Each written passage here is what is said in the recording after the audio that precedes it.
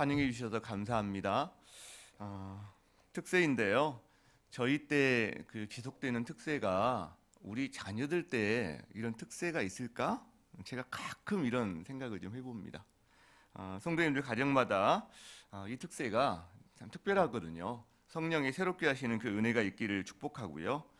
오랜 기도 제목들이 응답받고 특별히 가정에 믿지 않는 영혼들, 또 약간 믿음에서 멀어져 있는 영혼들이 어둠에서 빛으로 나오는, 그래서 우리 다음 세대 때에도 이 하늘빛 우리 교회 안에 우리 자녀들이 특세를 하는 그런 은혜가 있기를 주의 이름으로 축복합니다. 오늘 왕의 십자가라는 제목으로 우리 함께 말씀을 좀 나누게 되었는데, 고난주간에 저희가 주로 묵상하는 게 십자가죠. 그렇죠? 근데 우리는 십자가에 대해서 계속 이야기를 듣다 보니까 우리 안에 면역력이 생깁니다. 그래서 자기가 잘 안다고 생각해요. 십자가 내가 알지, 너무 익숙하지라고 생각합니다. 그런데 십자가가 과연 그럴까라는 거죠. 심오한 비밀에 해당되는 거잖아요. 천사들에게도 그 비밀이 숨겨져 있었던. 그렇기 때문에 우리는 십자가 앞에서 좀 더 겸손해질 필요가 있다라고 저 자신에게도 계속 되뇌이고 십자가를 깨닫게 해달라고 기도해야 되지 않을까, 그런 생각을 해본다는 겁니다. 우리가 왕의 십자가라는 이 제목을 가지고 오늘 나왔는데, 이 왕의 십자가는 왕이 십자가를 진다, 이 두 가지 개념이 양립할 수가 없는 개념이에요. 근데 우리에게만 생소한 게 아니라 당시 이스라엘의 1세기를 살았던 이스라엘 사람들에게도 이것은 생소한 개념이었을 겁니다. 그들도 이해하지를 못했어요. 그러니까 십자가에 못 박아 죽인 거 아닙니까? 만일 진짜 왕이라고 생각했으면 십자가에 못 박아 죽였겠습니까? 우리는 생각합니다. 참 미련하다. 아니 어떻게 그 만왕의 왕 대신 그 메시아를 어떻게 십자가에 못 박아 죽이지? 참 미련한 사람들, 이런 생각을 할 수 있어요. 정말 몰라보다니. 근데 과연 그들만 그럴까라는 거죠. 여러분, 예수님이요 1세기에 오시는 게 아니라 지금 이 시대에, 그러니까 우리나라에 오셨다면 우리는 예수님을 제대로 알아볼 수 있을까? 그런 생각을 해봅니다. 예수님 당시의 유대 상황과 가장 비슷한 우리나라 상황을 한번 따져본다면 일제시대가 아닐까, 그런 생각이 들어요. 로마의 오랜 압제 가운데서 자기 나라를 잃어버리고 식민지 생활을 하던 사람들, 이스라엘 사람들. 우리나라도 나라를 잃어버리고 일본에 의해서 식민지 생활을 하던 사람들. 우리는 일제의 잔인한 통치에 대해서 많이 들었습니다. 그러니까 지금도 마음속에 내가 일본 선교만은 안 할 거야, 이런 마음들이 막 불끈불끈 올라올 때가 참 많잖아요. 사람들이 압제받았어요. 형제와 자매들이 전쟁터로 끌려가고 위안소로 끌려갔습니다. 지금도 그 아픔이 지속되고 있죠. 수요 모임 같은 게 지속되고 있는 게 그거 아닙니까? 인간 대접을 받지 못했어요. 자유를 잃었어요. 존엄을 짓밟혔습니다. 그런데 그 당시에 민족적인 한 지도자가 센세이션을 일으키면서 일어났는데, 그 지도자가 백성들에게 이렇게 말을 한다고 한번 생각해 보세요. 여러분, 우리나라를 되찾는 대신에, 일본을 물리치는 대신에 우리는 그들을 사랑해야 합니다. 그들을 용서해야 합니다. 그들을 축복합시다. 그들의 발을 씻어줍시다.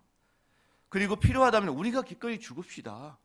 우리 가족들, 친척들이 다 그 어려움을 당하고 공고함을 당하지만 그러나 우리는 용서해야 합니다. 여러분, 이렇게 그 지도자가 일어나서 사람들에게 메시지를 전했다고 생각 한번 해보세요. 어땠을까요?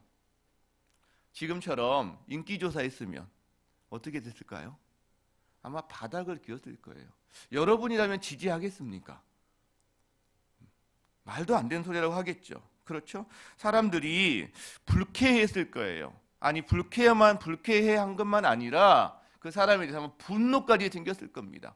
댓글에는 아마 수없이 많은 악성 댓글이 아마 수천 개가 달렸을 거예요. 그렇죠? 아니, 저 사람은 모르나? 부르주아나? 이 체제와 이 압박, 이 고통, 이 사람들의 쓰라림을 모르나? 눈으로 보지 않고 있나 말했을 거예요. 그런데 그가 어느 날 체포되어서 고문받고 처형당한 거죠. 여러분, 이스라엘을 당시에, 예수님 당시에 이스라엘을 살아가던 신실한 그리스도인, 아니 이스라엘 사람들이라면 이 십자가에 대해서, 예수님에 대해서 이렇게 말도 안 되는 소리로 여겼을 거라는 거예요. 그러니까 이제 십자가는 뭐가 되는 거죠? 박수칠 일이 되는 거죠. 끝났구나. 저 말도 안 되는 소리 하던 사람이 드디어 끝났구나 라고 생각한다는 거죠. 그런데요, 모든 사람들이 실패했다고 생각한 그 순간에 하나님은 말씀하시는 거예요. 예수님은 내가 승리했다, 내가 이루었다.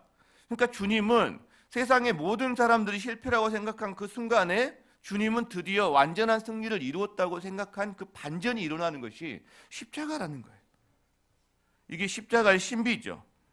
사람들에게는 실패인데 하나님께는 승리란 말이에요. 고통인데 이게 영원한 형벌을 면제하는 수단이 됐다는 거죠. 여러분, 이 십자가 위에 달리신 진정한 왕이 십자가 위에서 남기신 말씀들이 있어요. 그걸 우리가 가상칠언이다 이렇게 말을 하는데, 그 첫 번째 주신 말씀이 있는 거죠. 첫 번째 말씀이 뭡니까? 아버지, 저들을 사하여 주옵소서, 이 말을 하신 거예요. 근데 이 말을 한 상황이 그냥 편안한 상황이 아닌 걸 우리가 압니다. 그렇죠? 사람들은 구경해요, 비웃어요, 조롱해요. 본인은 어마어마한 끔찍한 죽음을 넘나드는 고통 가운데 있습니다. 정신적인 고통은 더합니다. 영적인 고통은 더하예요. 그 수치와 고통을 맛보면서 죄인들을 위해서 탄원하는 거예요. 주님의 관심이 자신에게 있는 게 아니라 오히려 자신보다 더 비참한 죄의 영향력 가운데 살아가는 인생들을 바라보시면서 그들의 비참함에 관심을 두시고 십자가 위에서도 저희들에게, 앞에 있는 죄인들에게 하나님께서 관심을 두셨다는 거죠. 그렇다면 오늘 이 말씀을 통해서 주님이 십자가를 친히 지시면서 주셨던 이 말씀 하나를 통해서 우리에게 주시는 의미를 한번 찾아봤으면 좋겠다 싶습니다. 주님이 십자가 위에서 이 말씀을 통해 하신 일이 있습니다. 한번 첫 번째 따라해 보겠습니다. 왕은 십자가 위에서 기도하셨다. 십자가 위에서 예수님이 말씀하실 때 그 십자가의 상황은 제가 간단하게 이야기했지만 굉장히 어려운 상황입니다. 백성들은 구경합니다. 이렇게 발짱 끼고. 그래, 한번 어떻게 되나 보자. 관리들은요, 비웃습니다. 네가 그리스도이면 한번 너 자신을 구원해봐라. 병사들은요, 희롱합니다. 막 침받고 때리고 그러면서 네가 유대인의 왕이라면서 한번 내려와 봐, 네가 뭐 구원해봐, 이렇게 말한단 말이죠. 수치스러운 상황인데 예수님의 십자가 위에 달리신 주님은 발가벗겨졌어요. 이렇게 천조각을 두르고 있는 것은 후대 사람들이 민망해서 그냥 집어넣은 겁니다. 여러분, 성인 어른이 공개적으로 만인 앞에서 발가벗겨진 이 모습이 얼마나 수치스럽겠습니까? 그리고 그들은 자기 백성인데 사실은 모멸감은 말할 것도 없죠. 게다가 고통스러운 상황은 우리가 다 설명하지 않겠습니다. 근데 그때 그 상황에서 예수님이 입을 여시는 거예요. 여러분, 그런 상황에서 무슨 말씀하셨을까? 분노? 아니에요. 저주? 아니에요. 비명? 아닙니다. 뭐냐? 기도예요. 탄원의 기도예요. 죄인들을 향한 탄원의 기도라는 거죠. 예수님이 행하신 마지막 섬김이 우리를 향한 기도였다는 거예요. 우리는 고통의 순간에 무엇을 합니까? 분노합니까? 상대방을 저주합니까? 내가 탓할 사람을 찾아서 고통의 비명을 지릅니까? 아니면 기도합니까? 여러분, 고통의 순간에요, 입을 열어서 분노를 쏟아놓잖아요. 잠시 마음은 시원해지는 것 같지만 그러나 하나님과 관계가 깨져요. 이웃과도 깨져요. 나 자신과도 깨져요. 점점 문제는 심각해집니다. 그러나 그 고통의 순간에 분노를 쏟아내는 게 아니라 하나님께 자기의 아픔을 쏟아내면 하나님이 고통을 만지세요. 관계를 살려주십니다. 여러분, 예수님이 지금 십자가 위에서 손이 못에 박혀 있어요. 발도 못에 박혀 있어요. 아무것도 할 수 없는 무력감 그 자체 가운데 있는 거 아닙니까? 근데 그때 뭘 하셨느냐? 기도하셨단 말이에요. 기도하셨단 말이에요. 저는 이 답을 제가 성도들을 병원에 있는 성도들을 신방하면서 찾았습니다. 발견했습니다. 병상에 있는 성도들 이렇게 찾아가면 정말 연약합니다. 꼼짝할 수가 없어요. 심지어 요양원에 계신 우리 어르신들은 더합니다. 어떤 경우는 침대에 이게 묶여 있어요. 막 이렇게 막 호스를 빼버리니까 그걸 방지하려고 묶어 놓습니다. 그러면 답답해서 축 쉬려고 그래요. 어떤 성도님들은 이제 하나님 부르실 날을 며칠 앞두고 인생의 마지막 그 꺼져가는 촛불을 근근히 붙잡고 계신 분들이 계세요. 여러분, 그들을 바라볼 때 제가 인생의 비애를 참 많이 느낍니다.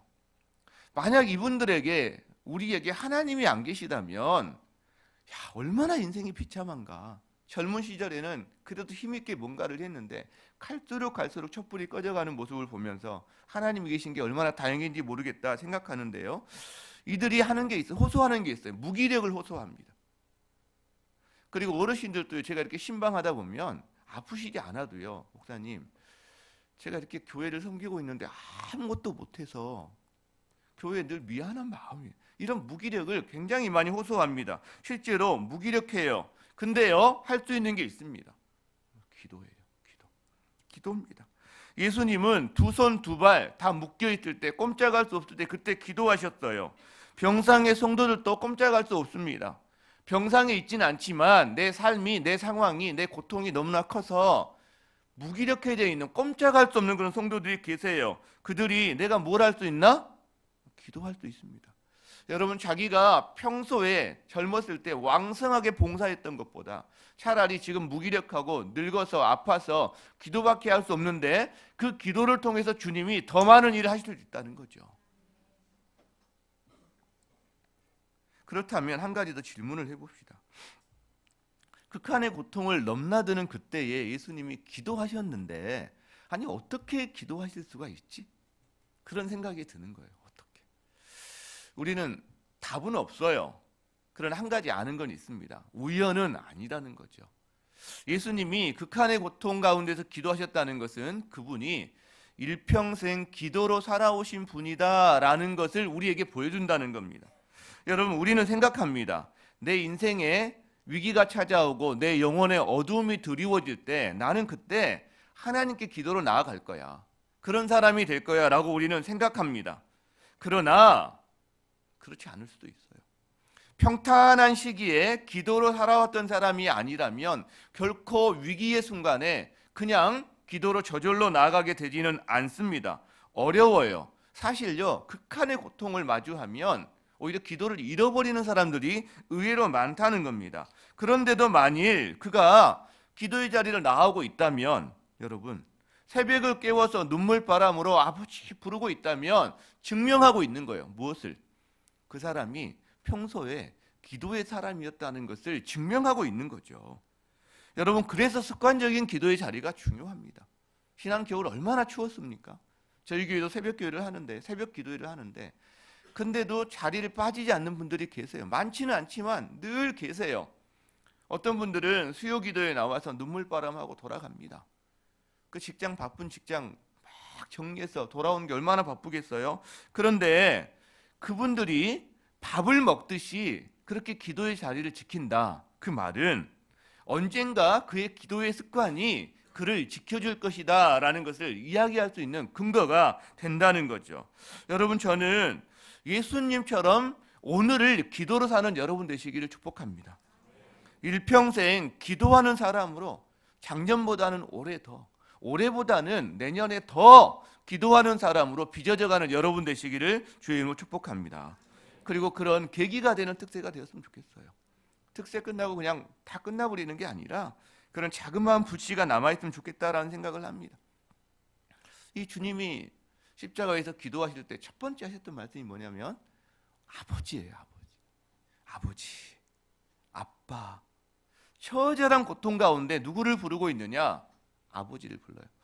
이 아버지는 우리나라에서 아버지를 존경하는 의미로 부른 이런 아버지라기보다는 차라리 애들이 아빠 막 뗐을 때 혹은 뭐 장난꾸러기 같은 느낌으로 아빠 왜 막 이렇게, 죄송합니다. 제가 흉내를 못 내가지고 새벽이다 보니까 잘 안 되네요. 그런 느낌이 아빠란 말이란 말이죠. 아빠. 여러분, 극심한 고통 가운데 있을 때 우리의 기도가 달변이 됩니까? 잘 안 됩니다. 사실 달변이 잘 안 돼요. 너무 힘들면 그냥 그저 쓰라린 가슴으로 가슴 치면서 눈물을 흘려요. 아버지, 아버지. 그냥 이 아버지란 단어만 어떨 때는 계속 부르다가 기도가 끝날 때도 있단 말이죠. 저는 잊혀지지 않는 기도가 하나 있는데요. 북한의 지하교회 성도의 그 기도 음성 파일을 제가 들은 적이 있습니다. 아마 여러분도 들으신 분이 계실 거예요. 그 기도 내용 하나도 생각이 안 나요. 근데요, 그분이 아바지, 거기 그 북한에서 아바지라고 이렇게 하잖아요. 아바지, 아바지 하면서 그 신음소리, 속에서 울려나오는 신음소리 같은 것을 계속 내뱉는 소리를 듣는데 막 뭉클해지고요.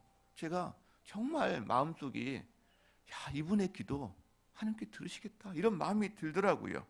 여러분, 우리는 부모는요 자녀의 소리에 민감해요. 그런데 우는 소리에는 더 민감합니다. 하나님은 우리의 부모가 되시거든요. 아버지가 되시거든요. 자녀가 아버지를 찾는 소리에 어찌 민감하지 않겠습니까? 예수님이요 그 아버지를 부르던 그 순간에 근데 예수님 곁에는 아무도 없었어요. 수없이 따르던 그 수많은 무리들, 사람들 다 없었습니다. 오히려 조롱했죠. 예수님의 제자들도 3년이나 동거동락. 지금 제자 훈련은 정말 흉내만 내는 거죠. 저도 제자 훈련 힘쓰고 있는데 흉내만 내는 겁니다. 예수님은 3년 동안 숙식을 같이 했잖아요. 지금은 뭐 1년 동안 하면서 방학할 거 다 하고 뭐 할 거 다 하면서 그냥 대충 하고 있는 것 같은데, 근데 그 제자들이요 없었어요. 무슨 말입니까? 주님은 아버지만 의지했어요. 아버지만 신뢰했어요. 사람들은 사랑했습니다. 사람들은 의지하지 않았습니다. 여러분, 사람은요 사랑의 대상이지 신뢰의 대상이 아닙니다. 장로님, 권사님, 우리 순장님들 신뢰의 대상이 아닙니다. 목사 신뢰의 대상이 아닙니다. 사랑의 대상이에요. 신뢰의 대상은 오직 예수 그리스도 한 분밖에 없습니다. 우리가 왜 이렇게 마음이 상하죠? 사람들에게 내가 너에게 어떻게 했는데, 내가 너를 어떻게 신뢰했는데 네가 내 그 신뢰를 이렇게 깨뜨릴 수 있어? 이럴 때 마음이 상하는 거거든요. 여러분, 사람은 신뢰하면요 반드시 실망합니다. 그러나 사랑하면 허물을 덮어줍니다. 우리 성도들에게 제가 자주 이야기해요. 저 신뢰하지 말아주세요. 저 사랑해주세요. 제가 그런 부탁을 많이 해요. 사랑하면 덮어주더라고요. 사랑하면 실수해도 신뢰하면 네가 그럴 수 있어 그러는데 사랑하면 무슨 사정이 있겠지 덮어주더라고요. 여러분, 가족을, 옆에 있는 내 성도를 사랑의 눈으로 보면요 덮어주더라고요. 신뢰는 오직 하나님, 예수님 한 분에게만 두시고 여러분 주변에 있는 사람들, 순장님, 다른 순원 사랑으로 덮어준 여러분 되시기를 바랍니다. 두 번째 한번 따라하겠습니다. 예수님이 그 십자가 위에 사신 일, 첫 번째 그 가상치론을 통해서 왕은 십자가 위에서 용서하셨다. 예수님이 십자가에서 남기신 첫 마디가 아버지 저들을 사하여 주옵소서 라는 말씀이었는데, 이것은 죄 용서의 기도였습니다. 죄는요 깨뜨립니다. 관계를 깨뜨려요. 하나님과의 관계를 깨뜨립니다. 이웃과의 관계를 깨뜨립니다. 심지어 나 자신과의 관계를 깨뜨립니다. 그래서 관계가 깨진 인간은요 그것 때문에 모든 문제가 발생하는데, 그래서 이 관계가 깨진 인간의 가장 중요한 게 관계의 회복 아닙니까? 근데 이 회복이 어디서 비롯되느냐? 용서에서 비롯됩니다. 용서할 때 회복이 일어나는 거죠. 즉 용서가 없이는 관계의 회복도 없는 거예요. 제가 좋아하는 단어 중에 이 joy라는 단어가 있습니다. joy, J-O-Y. 그 기쁨, 뭐 환희 이런 뜻이잖아요. 근데 이것을 이렇게 J를 Jesus first, 예수님이 첫 번째다. O, others second, 다른 사람이 두 번째다. 그다음 Y, you third, 네가 세 번째다. 그래서 이 J-O-Y를 우리 인생의 가장 기본적인 순서에 대해 너무나 잘 정리한 그런 단어라고 생각해 저는 굉장히 좋아합니다. 마찬가지죠. 관계의 회복이 일어나되 이 순서에 따라서 관계의 회복이 일어나는 거죠. 하나님과의 관계의 회복이 근본이에요. 그러면 여기로부터 이웃과의 관계의 회복, 나 자신과의 관계 회복이 다 일어나게 되는 겁니다. 정상을 찾아가게 된다는 거죠. 예수님이 아버지 저들을 사하여 주옵소서 했는데 이 저들이 누굴까요? 저들. 예수님은 십자가에 넘겨져서 못 박게 한 모든 사람들이죠. 종교 지도자들, 빌라도, 그 다음에 무리들 다 저들인데 그 당시 예수님은 십자가에 넘겨진 사람만 저들이 아니라 이 땅의 불의와 불경건 가운데 하나님과 대적하며 살아가는 이 땅의 모든 사람들이 저들 아닙니까? 그 저들 안에 저희도 있는 거죠. 그래서 예수님이 저들을 사하여 주옵소서라고 할 때 기도 가운데 앞에 있는 사람들만을 위한 기도가 아니라 오고 오는 세대 가운데 하나님을 모르는 모든 사람들, 이 사람들을 위한 기도 안에 저들이 있기 때문에 우리도 오늘 이 자리에 계신 여러분도 예수님의 이 기도 안에 포함되는 사람들이다라는 거예요. 우리도 이 예수님의 용서의 기도 안에 대상이 되는 사람들이다라는 거죠. 여러분, 예수님은요 죄 용서를 구하고 있어요. 지금 하나님께. 그렇죠?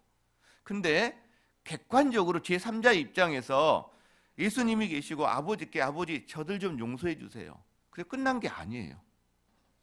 예수님이 죄 용서를 구하면서 실제적으로 이들의 죄를 자기가 짊어집니다. 그 두 가지를 동시에 하고 계신 거예요. 지금 저희도 누구한테 죄 용서해 줘 버려 말 쉽게 할 수도 있죠. 그러나 누구의 그 죄를 자기가 짊어진다는 것은 쉬운 일이 아니라는 거예요. 여러분, 그래서 죄값을 친히 담당하신다는 그 구절 이사야 53장 아닙니까? 그의 찔림은 우리의 그가 찔림은 우리의 허물 때문이다. 그가 상함은 우리의 죄악 때문이다. 그가 징계를 받음으로 우리는 평화를 누린다. 그가 채찍의 마음으로 맞음으로 우리가 나음을 받았다. 다 대신 졌다는 거죠. 대속의 고통이요 대속의 죽음이었다는 거죠. 그러니까 이걸 바꾸면 십자가에 달려있어야 될 사람은 예수님이 아니라 저들이었다는 거예요. 저들이 그 십자가에서 당해야 될 모든 것을 예수님이 대신 지금 지고 십자가에 달려있다라는 거죠. 그러니까 십자가는 하나님의 진노거든요. 저주거든요. 여러분, 한 나라의 일국의 왕의 진노만 받아도 그 사람 그날 살 수가 없어요. 목숨의 위협의 불안 때문에. 하나님의 진노가 어떠한지 우리가 너무 몰라요. 사실은 꿈속에서 한번 당해본 사람은 알 거예요. 이게 한번 뭡니까? 가위 눌림만 당해도 그렇게 힘든데 하나님의 진노를 피할 사람이 누가 있을까? 십자가가 하나님의 진노인데 그 진노를 예수님이 당해야 될 게 아니라 사실은 우리가 저들이 당했어야 되는 그 십자가를 진노를 주님이 당하셨다는 거죠. 왜? 우리를 살리기 위해서, 우리를 회복시키시기 위해서 예수님이 달리셨다는 거죠. 그러면 이제 우리가 생각이 들어요. 아니, 예수님은 하나님이신데 그냥 한마디로 뭐 주문 외우듯이 그냥 다 용서해 주면 안 되나? 다 죄 용서해 주면 될 텐데 왜 자기가 달리지? 이런 말 할 수가 있습니다. 근데 안 됩니다. 왜? 용서에는요 대가가 따릅니다. 용서에는 희생이 따릅니다. 반드시 희생이 따라요. 우리 한 가지 예를 생각해 봅시다. 누가 여러분이 횡단보도 앞에서 차를 이렇게 정지해 있는데 뒤에 와서 그냥 꽝 받았다고 생각해 보세요. 며칠 전에 저희 교회 앞에서 사중 충돌을 제가 경험한 게 봤거든요. 걸어가는데 갑자기 어디선가 폭발음이 들리는 거예요.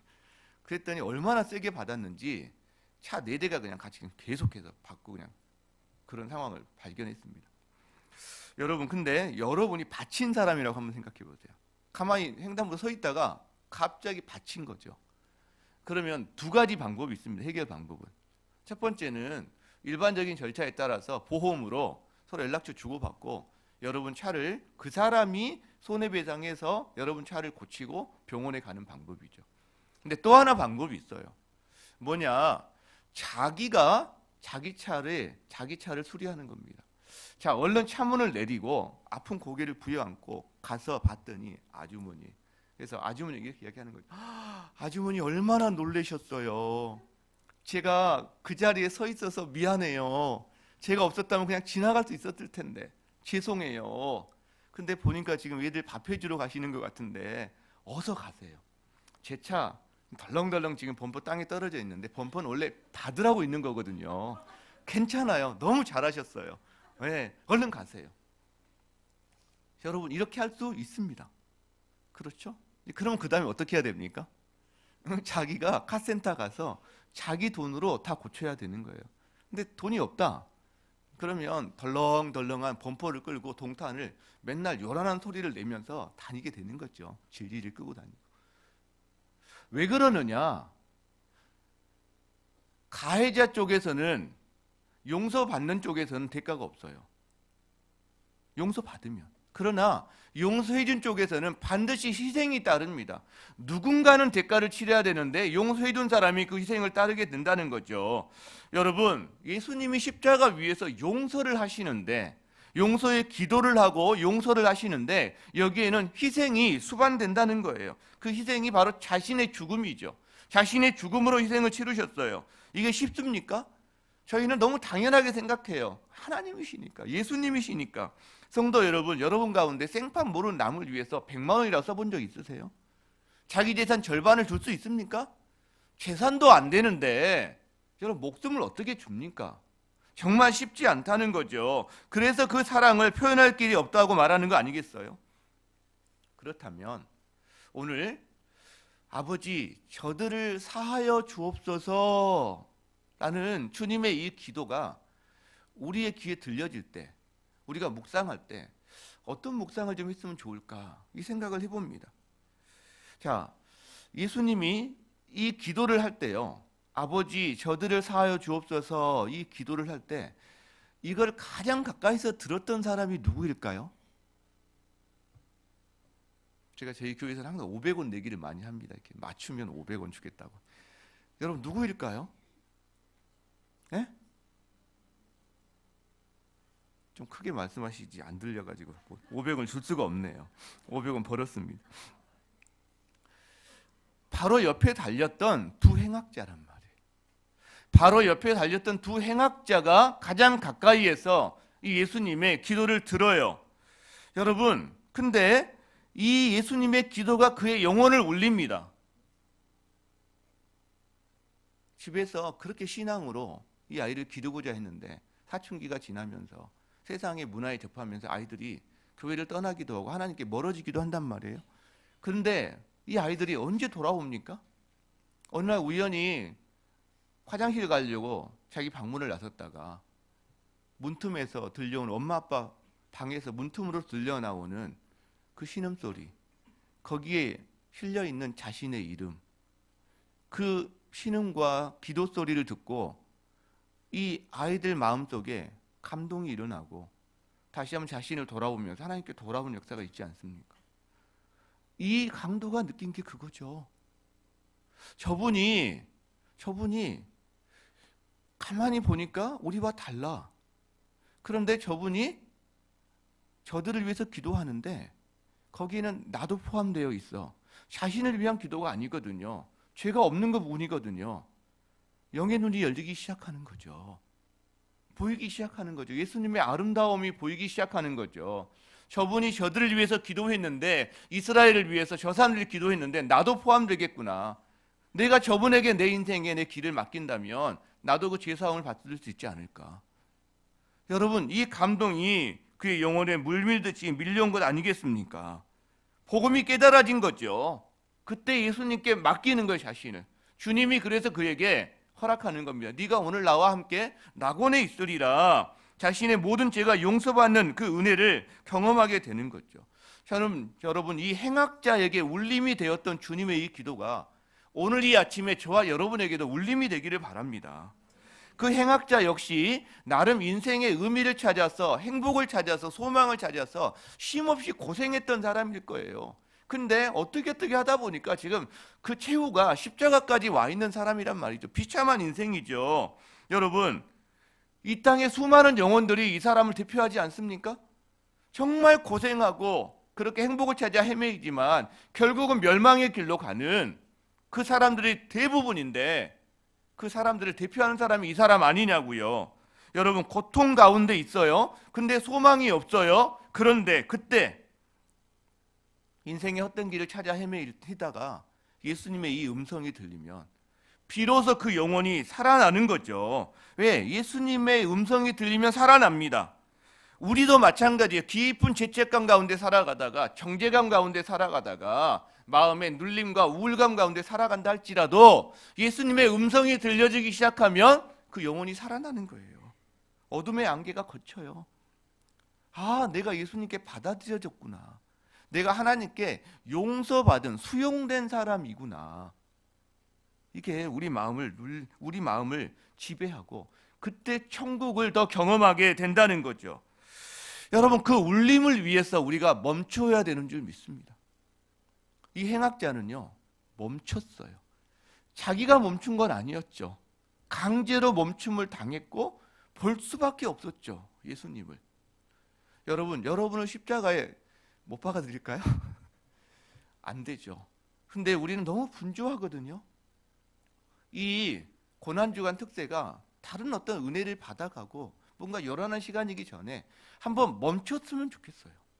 멈춰야 보이는 게 있습니다. KTX 타면 안 보이는 게요, 자전거 타거나 걸어가면 보이는 게 있단 말이에요. 하나님의 은혜도 마찬가지입니다. 달리고 분주한 가운데 여러분 서 있는 것이 아니라 멈춰서 십자가를 바라보고 예수님을 바라보면 들리는 게 있고 보이는 게 있단 말이에요. 멈춤의 시간에 주님께 집중할 때 여러분에게 이 예수님이 보여지고 그 음성이 들려지는 은혜가 있기를 바랍니다. 그러면 주의 음성을 듣는 자는 살아날 줄 믿습니다.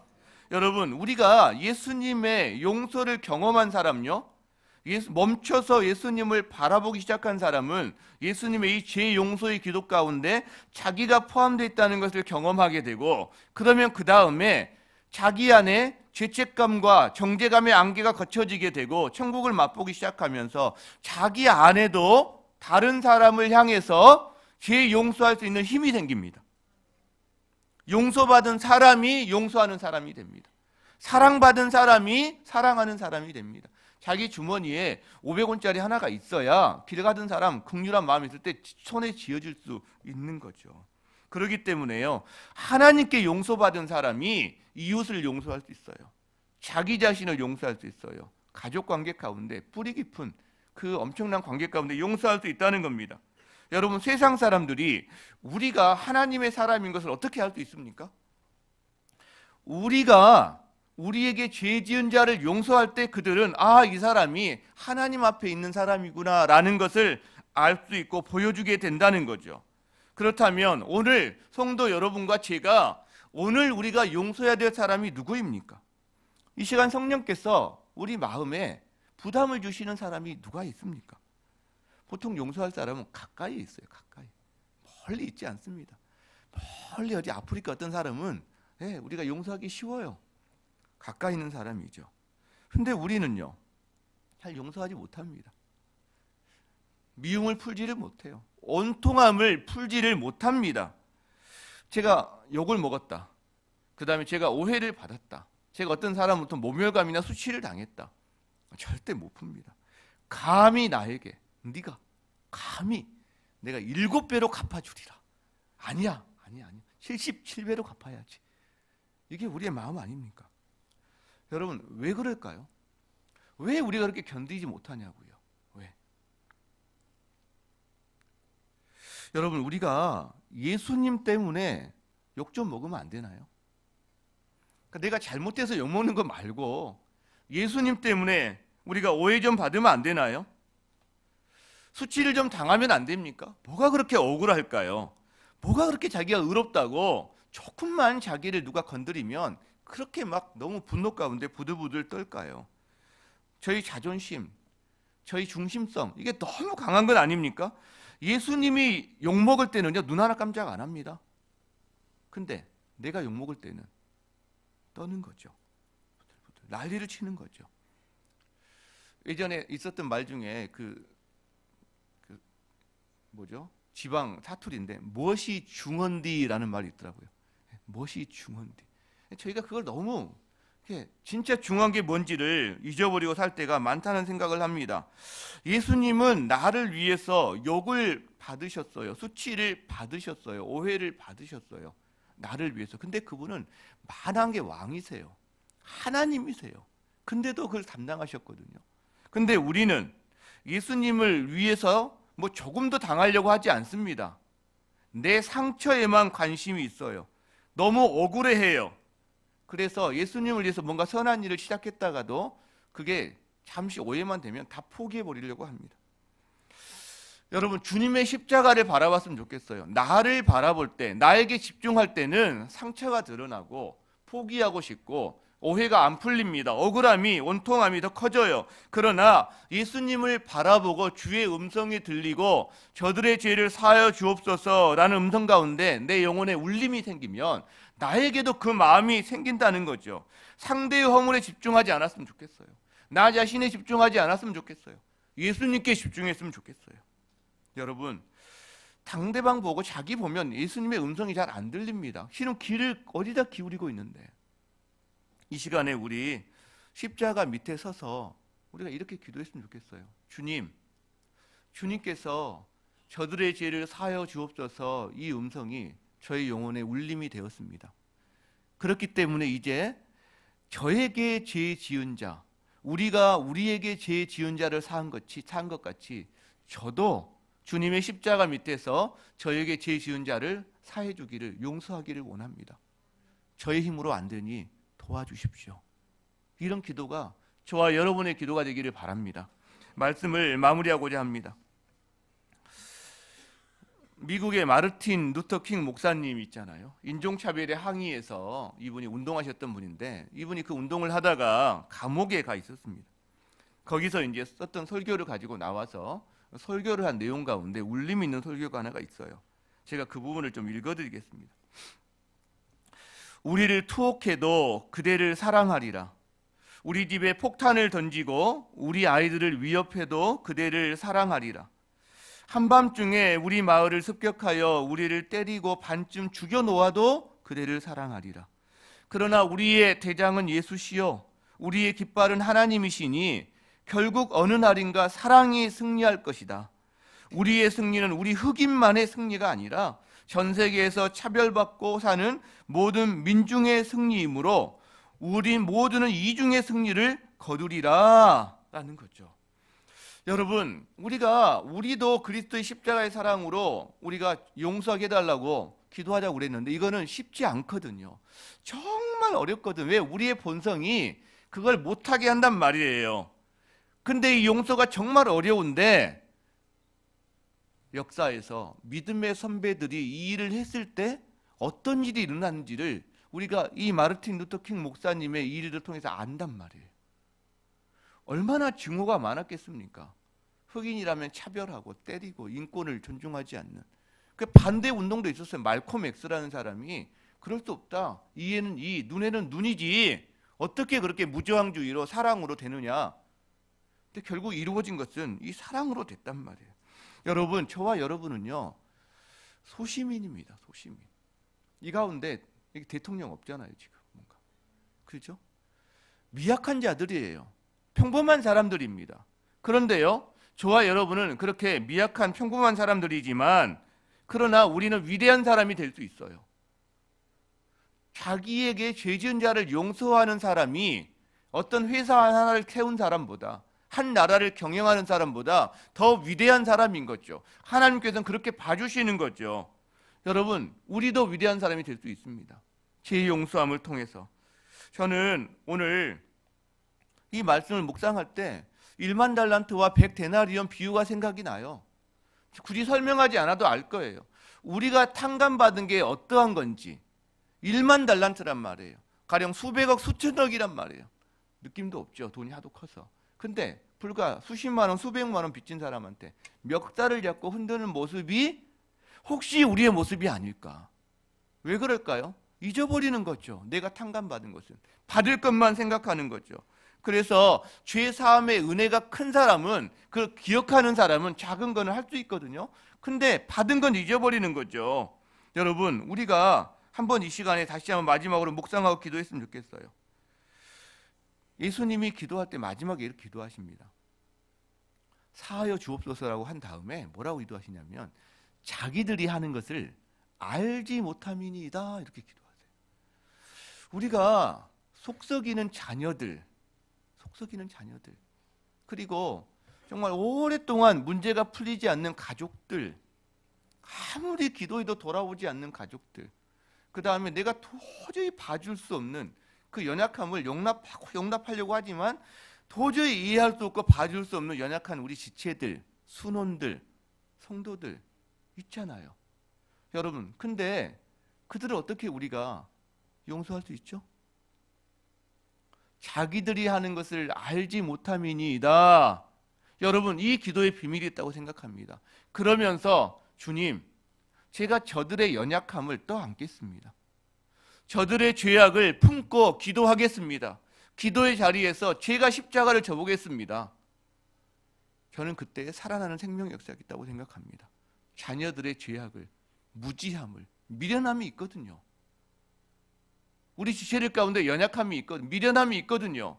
그거를 짊어지고 비난하는 게 아니라 짊어지고 예수님처럼 죄악을 비난만 하는 게 아니라 짊어지고 자기가 십자가에서 하나님의 용서의 은혜를 구하면서 엎드릴 때 거기에 생명의 역사가 일어나는 줄 믿습니다. 나를 향한 예수님의 기도가 이웃을 향한, 우리 가족을 향한, 죄 지은 자를 향한 우리의 기도가 되게 하여 주옵소서. 이 아침에 우리의 기도가 되기를 축복합니다. 우리 함께 그 마음 가지고 찬양했으면 좋겠습니다.